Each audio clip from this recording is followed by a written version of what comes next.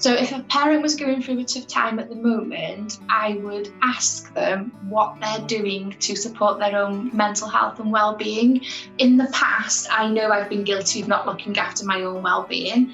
You absolutely must prioritise yourself, because your children will be taught as they grow up that that's what they should do for themselves. If you look after yourself, you're giving a clear message to them that you're important, and as they grow into adults, they will see that they are important too.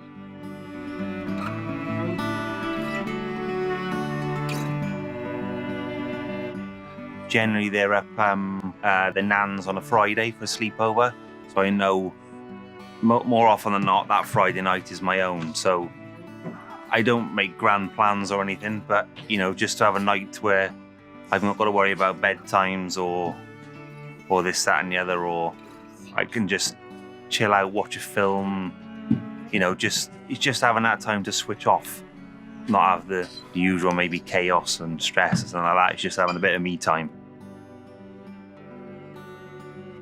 The advice I'd give to parents who are finding things challenging is to take a moment to breathe, definitely. I'm quite patient, but the children do push on your every nerve, and I just sometimes have to walk out the room, count to 5 before I can go back and try again. And the other thing I'd say is that everything passes. So if they're in a really tricky phase where they throw food in your face every time, it does pass, and just keep remembering that it's not forever.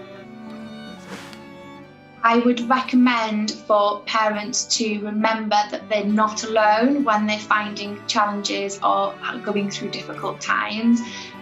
Parenting definitely doesn't come with a manual. However, there are so many tips and programs and services and agencies out there that can help and have really good experts and are able to give you some really good support along the way.